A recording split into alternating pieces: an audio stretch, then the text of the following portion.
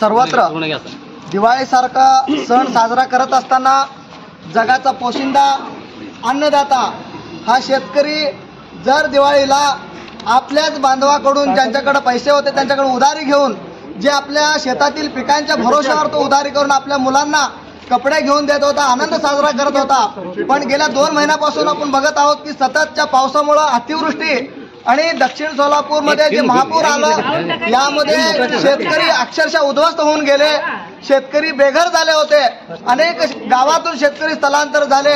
आज आपण परिस्थिती पाहतो या महाराष्ट्रातील जे फसवा सरकार आहे, जे तिगाडी सरकार आहे, एकनाथ शिंदे साहेबांचं सरकार, अजित पवारांचं आणि भाजप असं तिन्ही मिळून जे सरकार चालवत आहेत ते फसवणूक करत आहेत, महाराष्ट्राच्या शेतकऱ्यांची खरी थट्टा ते करत आहेत। आम्ही आमच्या काँग्रेस पक्षाने हेक्टरी 50,000ची मागणी करत असताना आणि सरसकट कर्जमाफी करण्याची वेळ असताना या भाजप सरकारनं या शेतकऱ्यांना फसवून या शेतकऱ्यांची दिवाळी काळी करण्याचं काम केलेलं आहे। आम्हाला आशा होती की दिवाळीपूर्वी आमच्या खात्यावर पैसे येतील, पण आज शेतकऱ्यांच्या खात्यावर पैसे नसल्यानं